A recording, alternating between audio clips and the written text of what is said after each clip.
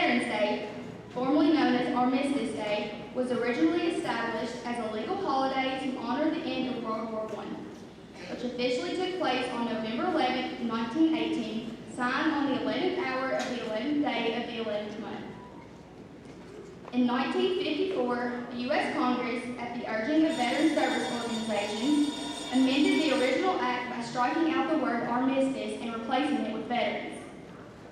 With the approval of legislation on June 1st, 1954, November 11th, or the 11th day of the 11th month, became a day to honor all American veterans through the ages.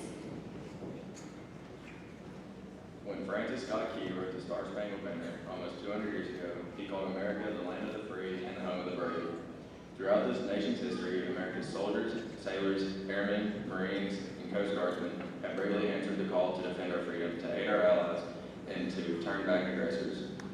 We can never fully repay our debt of gratitude to the more than 650,000 American service members who died in battle for the 1.4 million who were wounded.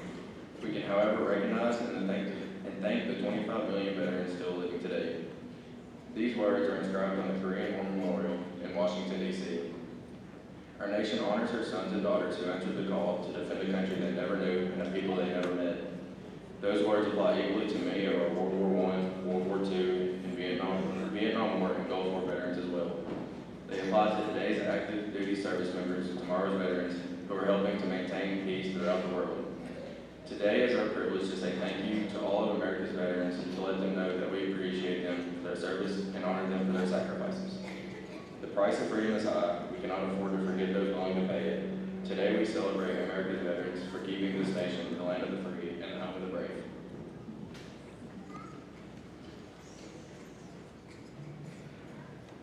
The Veterans of Foreign War is a non-profit veteran service organization comprised of eligible veterans and military service members from the active guard and reserve forces.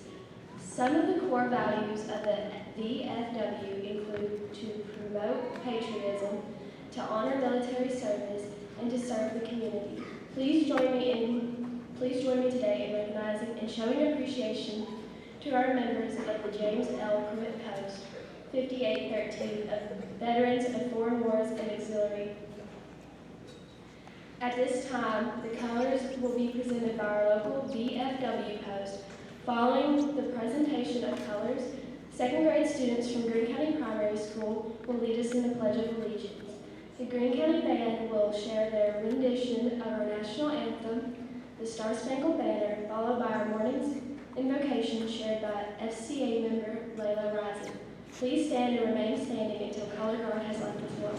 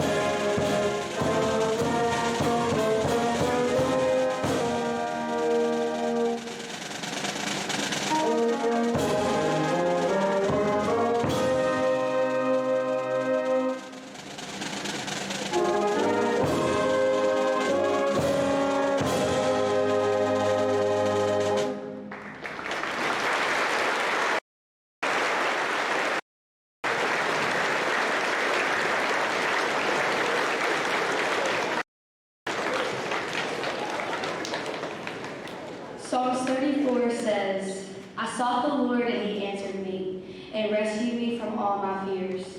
Those who look to him are radiant with joy. Their faces never be ashamed. Whenever we call upon the Lord, he is there to answer. No matter who you are, where you've been, or what you've done, the Lord answers his people. And we find peace and joy in his love and his answers. Please bow with me. God, we thank you so much for this day and your blessings, Lord. I thank you for allowing us to honor our veterans, Lord. I pray for each and every man and woman in this room, Lord, who risked their life to fight for us, to fight for our country, Lord. I pray blessings over them and their family. Lord, I pray peace and protection and joy, Lord, because they were willing to lay down their lives so that we can enjoy our freedoms. Lord, thank you for all you do. Lord, thank you for answering our prayers and giving us a way to enter heaven. God, thank you for salvation. Thank you for grace. Lord, I pray blessings of peace and joy over everyone in this room. God, protect us and be with us as we go home today. God, thank you for the freedom we find in you. Lord, you are so good to us. We ask all these things in your name. Amen.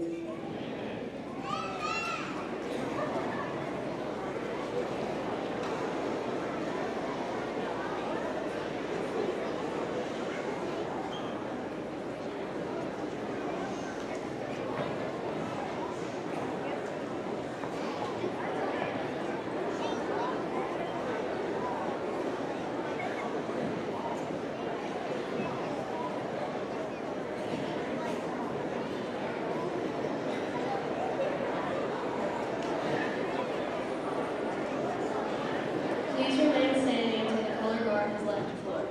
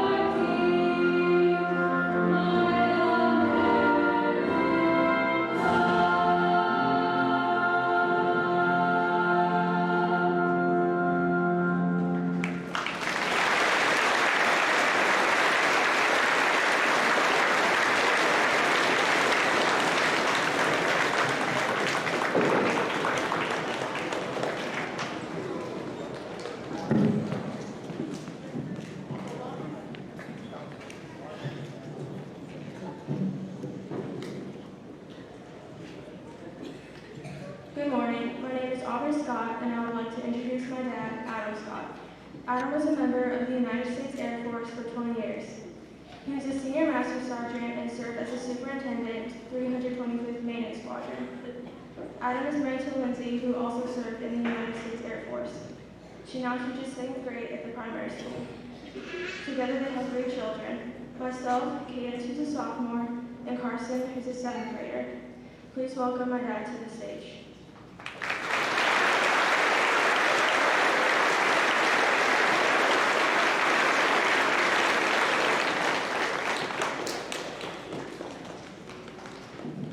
Who could follow all this so far? Thankful to be here today. I'm also thankful for answering prayers because, as you can tell, my voice is struggling a little bit today. But our God is faithful, and He answered those prayers, and I'm able to speak some today. And thank you, Aubrey, for the introduction. Thank you, Carla Hoosier, and the entire school district for organizing today's event and for inviting me to be here. And most importantly, thank you to all the veterans for your service and your sacrifice, and for being here today so these students can physically see the local heroes that have served this great nation on their behalf.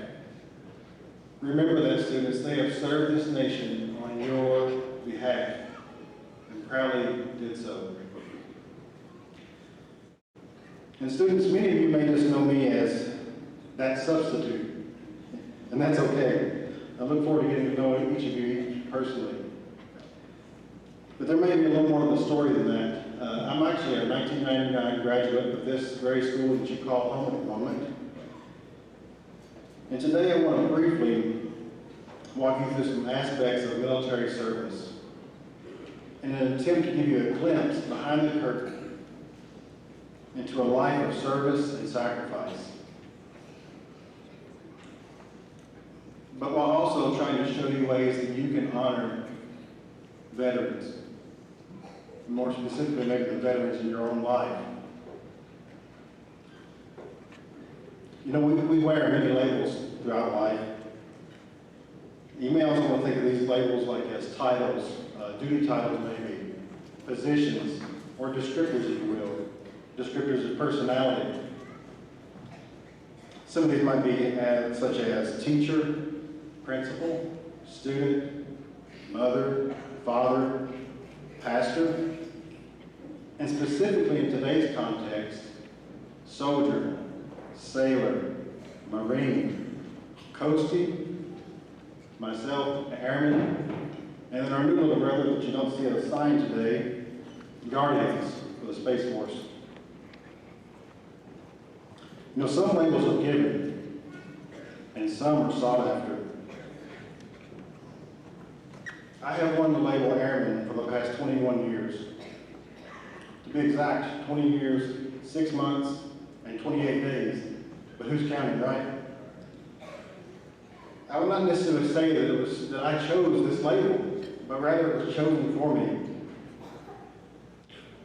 When I was a child, I remember watching Desert Storm unfold before the screen on the television before my eyes.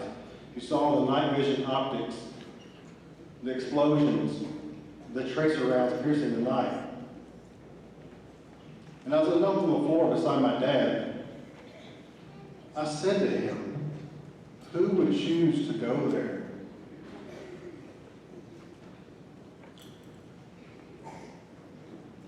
But something deep within me that night immediately said, why not you?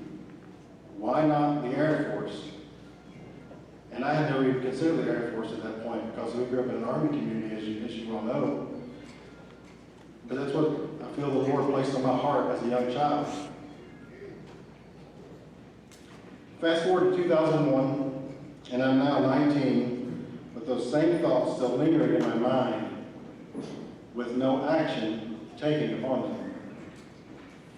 When I learned that our church was getting a new pastor, well, guess what?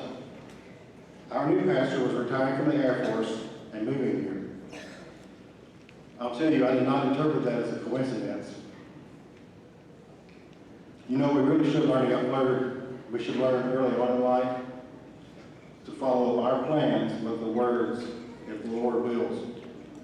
He is in control. That pastor was Brother Kelvin Edwards, who is here with us today. And shortly after his arrival, he took me to the recruiter, and less than a month later, I was on a flight to Texas for basic training. It was that quick.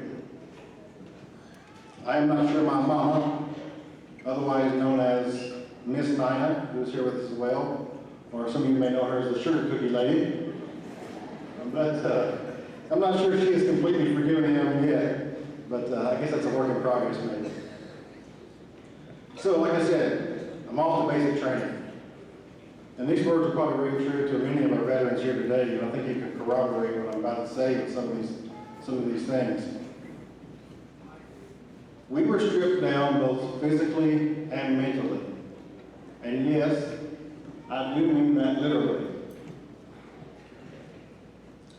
And like I said, I'm certain the crowd in my center here can corroborate those statements. Oh man. I know you know what I'm talking about. Okay. Every branch's basic training has varying levels of intensity, none of which are designed to be fun. You know, I don't know what prison is like, but in the moment I was thinking I had a pretty good idea. But seriously though, it isn't that bad. It's actually good. It's actually good for you because it helps you sleep clearly. Because basic training is the beginning of that bond that lasts forever. It transcends beyond those that were right there with you. It extends to all brothers and sisters in arms, past, present, and future. The future that is sitting in this room today, I'm certain. So now getting into just some brief aspects of my career, just to give you a little background. And every military career of service will look different. But after they let me out of what felt like prison, I was now officially labeled, my first label in there, as an airman. You know, we felt great pride in this. And my next label was headed off to be an aircraft mechanic. You know, I had the privilege to travel the world, maintaining a variety of aircraft. You may have heard of some of these. I'll mention a few just so you can get some perspective. The B-2 stealth bomber, the C-5, C-17, and C-130 cargo aircraft. C-130 being my personal favorite. The KC-10 aerial refueling tanker, the F-22 stealth fighter, and the good old T-38. And heads up, be on the lookout for our next generation bomber that we release later this year. The B-21 Raider. That is, if you can see it, so we'll see about that one. I can still smell that jet fuel burning in the early morning. There's just nothing like it. But military service goes well beyond just the tanks or the planes. As you progress in rank and responsibility, you transition into a role where you care for people more and supporting them in accomplishing the mission. You take care of those people instead of the products. And as already mentioned, I closed my with labels of Senior Master Sergeant and Superintendent. In this role, my commander and I, we had the responsibility of caring for 350 airmen and their families. You know, as you can imagine, this drives for long work hours and many interesting and thought-provoking phone calls throughout the nights and weekends.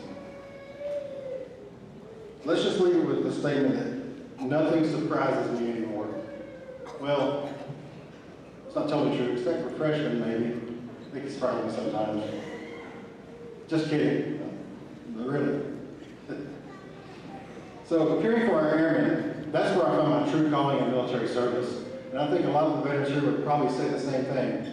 When they're caring for those that are right there side by side with them, no matter what is going on, that's when you feel your greatest link to service, your greatest link to pride, if you will. More rewarding than any aircraft I ever launched out or anything like that. It truly is the people that make the mission happen. not aircraft, ships, or tanks. Just think about it even from your perspective, from the COVID pandemic. You didn't come to this physical school. This school product did not make that happen. Your teachers made that happen for you. So as you can see, it's the people that accomplishes the mission, no matter what career field you're in. It is not the actual product. I urge everyone to learn that concept now. Build trust-based relationships now and in the future. Don't tear people down or burn bridges. You know, this career of service, it took me places I could have never dreamed of, spanning across more than 20 different countries and states and different territories.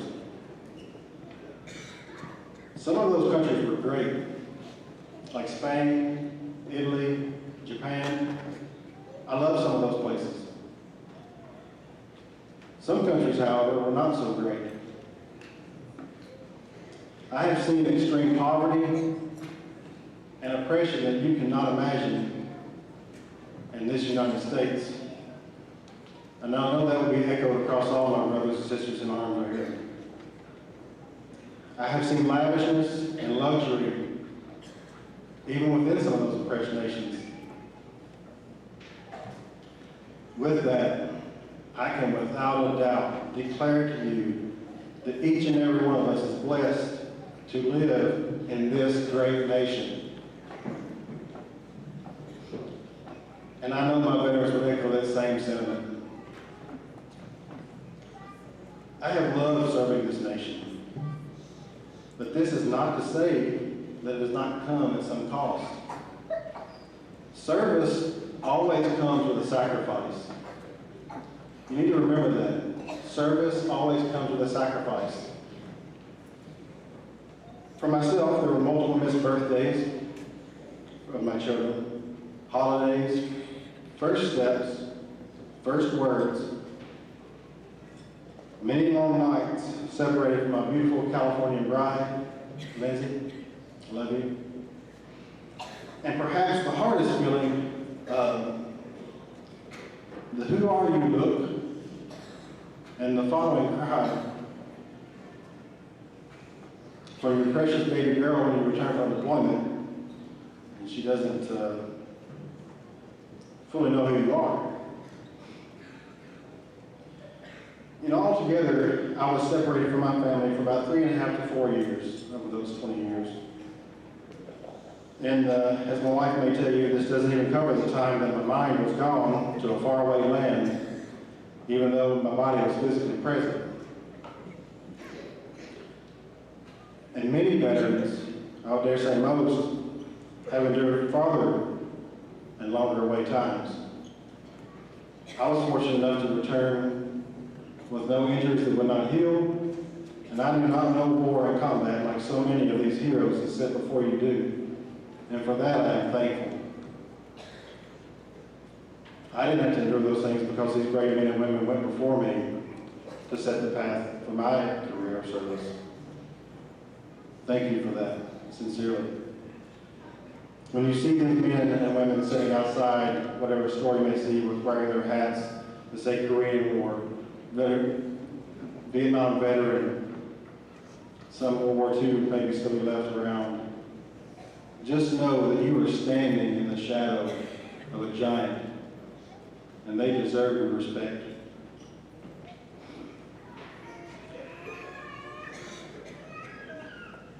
You know, I mentioned that it's more than just sacrifice of my own as a military member. Your family that serves with you sacrifices as well. You know, my wife, she spent most of our first year in Japan, a completely foreign country to us, with 3 young children, all 3 and under, without my help, because I was gone so much that year. You know, the children, they sacrificed dearly as well. And I know a lot of the children here have known sacrifice. And for those military brats in the room, I don't know who you are, but I know you can probably attest to the same thing. If you don't know what a military brat is, find your teacher later on and ask them to declare that term, okay? Or another military brat in the room. You know, my children, they had to say goodbye to friends every year, and they struggled to constantly build new friendships while also moving schools themselves This is Cadence's 7th school district. She's over here somewhere. Aubrey's 6th school district. And Carson's 5th school district. So they've had to move quite a bit. So, my family, they served and sacrificed as well. But I know, like I mentioned before, many families had to endure hardships that we never knew.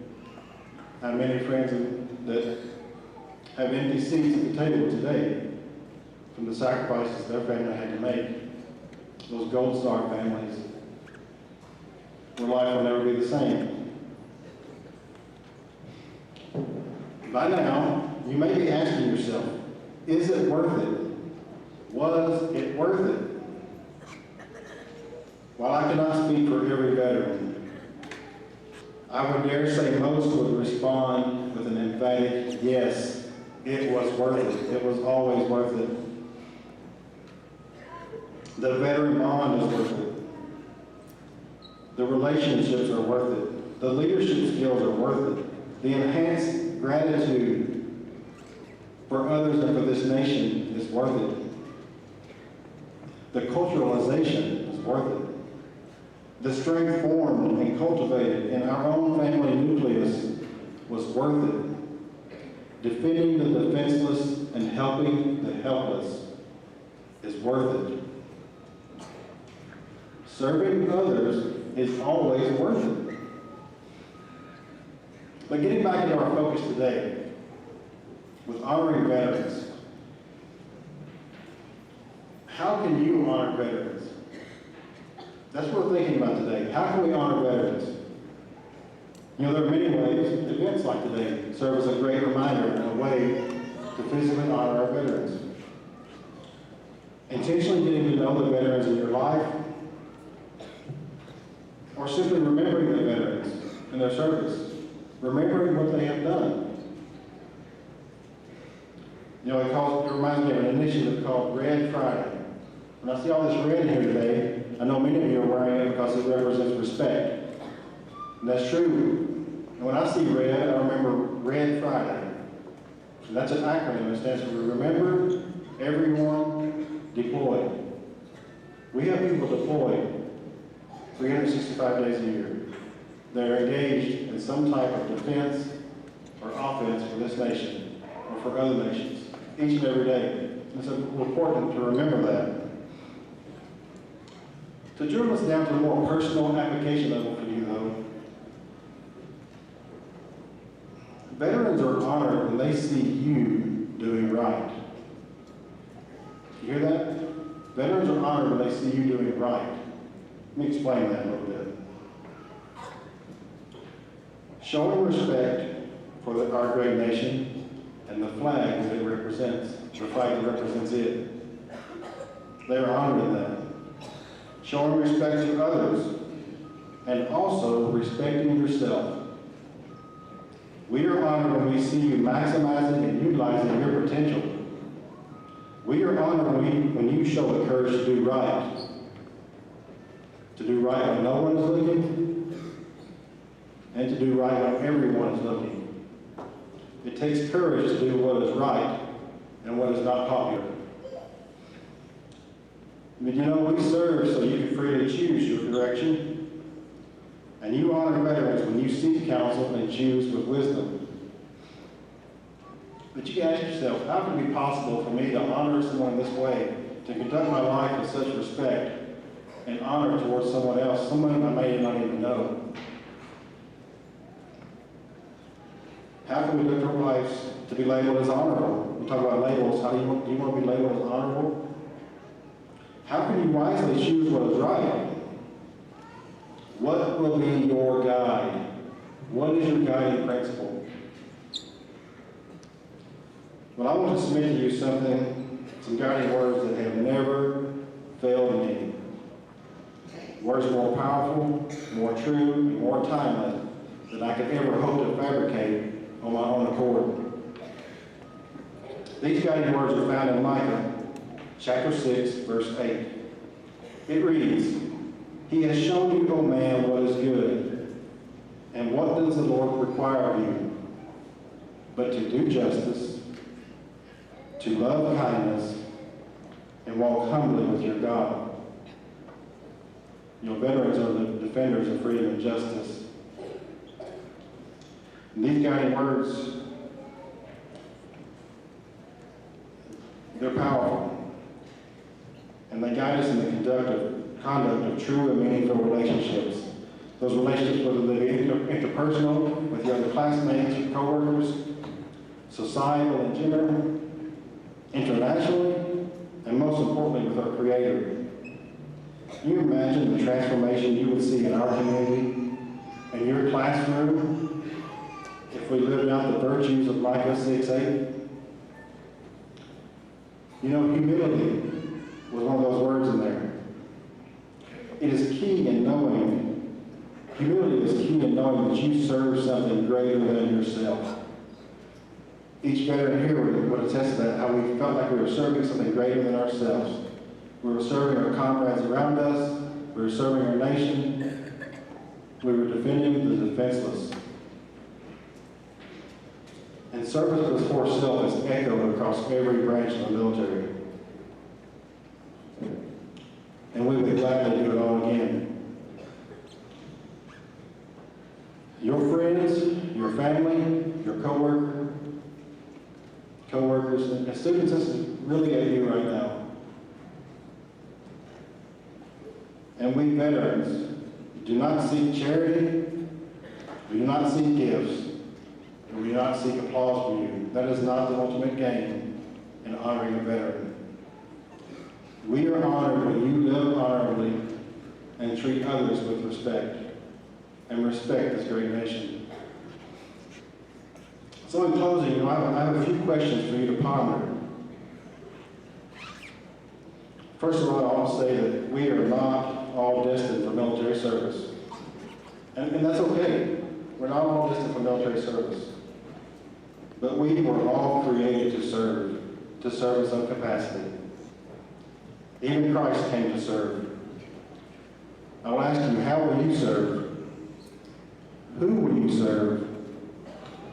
What greater cause will you serve? What labels will you choose? What labels would you like to be remembered by? Will you choose virtues like honor, integrity, courage, respect, wisdom, selflessness? Or will you choose something less? You know, the choice is yours. The choice is yours. And today we honor those who help give us that freedom to choose. Veterans, from all of us in this room, thank you for your service.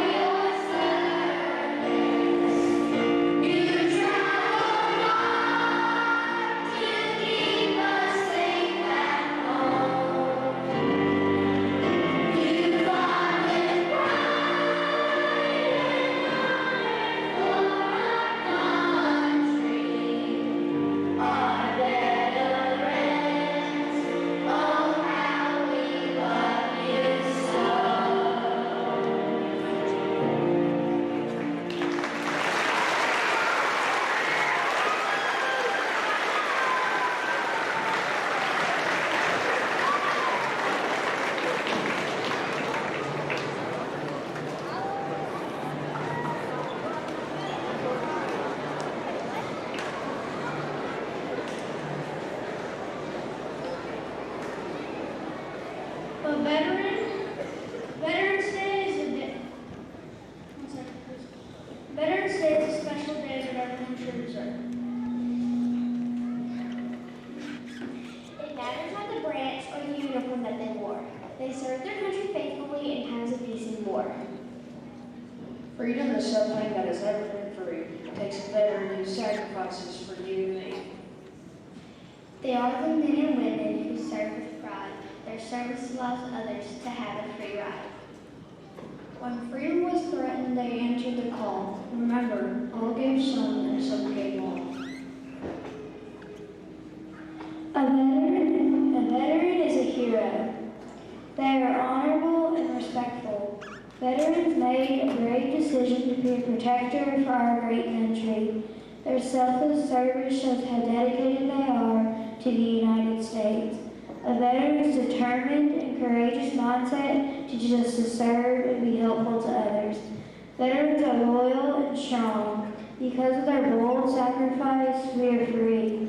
We appreciate the call that trusted. Veterans answered. On this patriotic day, we want to say thank you.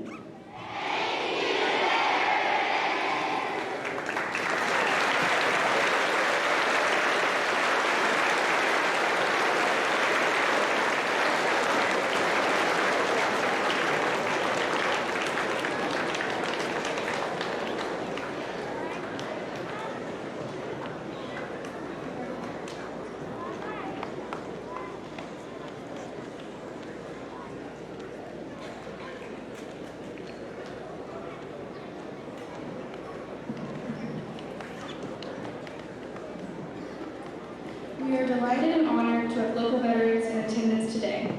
Veterans from our area have served in every branch of the armed forces, and we would like to honor those in attendance for your service.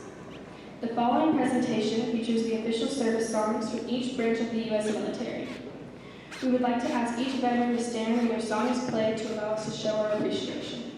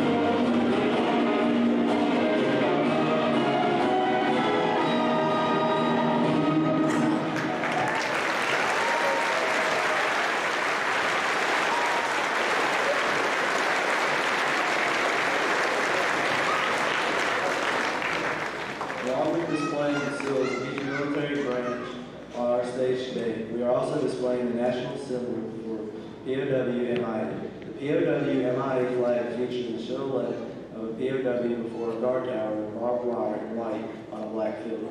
POW-MIE appears above the silhouette, and the words "You are not forgotten" appear below in white on the black field. This black and white flag stands as a stark reminder of Americans still prisoner, missing, or otherwise unaccounted for in Southeast Asia, and is now accepted nationally and internationally as a symbol of vigilance and remembrance for all prisoners of war and those servicemen and women missing in action. If you have been a prisoner of war or a family member, POW-MIE, please stand for recognition. Please join us in a moment of silence to honor these.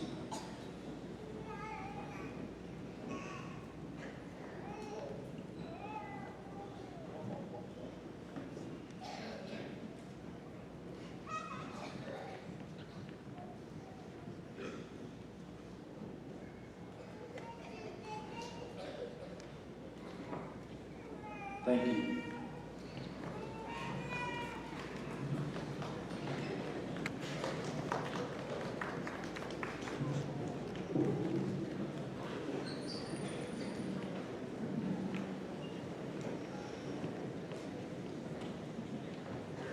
The origin of taps, the distinctive bugle melody played at U.S. military funerals and memorials and as a lights-out signal to soldiers at night, dates back to the American Civil War.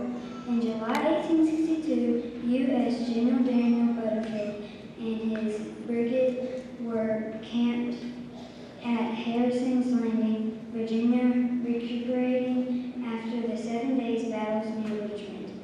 Dissatisfied with the standard bugle call employed by the Army to indicate to troops it was time to go to sleep, and thinking the call should sound more melodious, Butterfield reworked an existing bugle call used to signal the end of the day. After he had his brigade bugler, Private Oliver Wilcox Norton, played for the men. Buglers from other units became interested in the 24-note tune, and it quickly spread throughout the Army and even caught on with the Confederates. Not long after the Butterfield created taps, it was played for the first time at a military funeral for a Union cannoneer killed in action. As for the name taps, the most likely explanation is that it comes from the fact that prior to Butterfield's bugle call, the lights out call was followed by 3 drum beats, dubbed the drum taps, as well as the taps, and then simply taps. Then, when Butterfield call replaced the drum beats, soldiers referred to it as taps. Although this was an unofficial monarch, it was noticed the Butterfield's bugle call was officially known as extinguished lights in American military manuals until 1891. Since that time, taps also has been a formally recognized part of U.S. military funerals.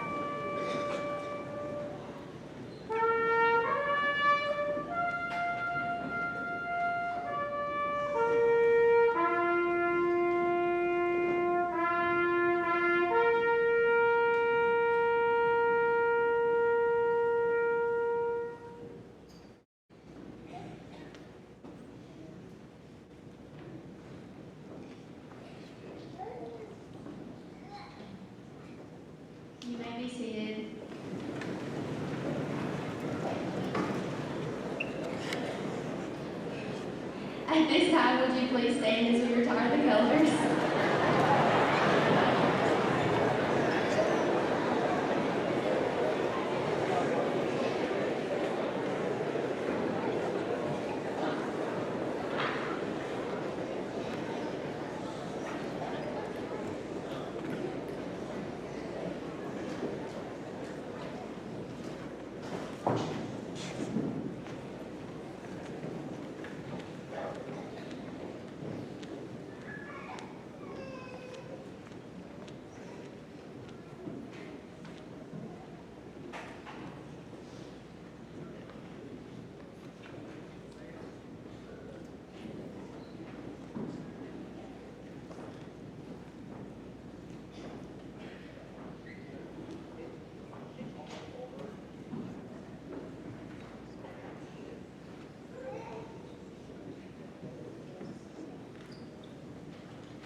We appreciate your attendance with us here today. It has been our intention to honor our veterans while also educating our students about the contributions that each of you has made to our country. We cannot thank you enough for the sacrifices you have made for each one of us. At this time, we will ask the principals from each building assist your students with exit procedures. We will begin with students from GCPS and GCIS. Middle and high school students, please remain seated until you are given further instructions. Veterans, grab a gift bag out in the concourse if you haven't already, and they do want a picture of all of you guys together. Thank you.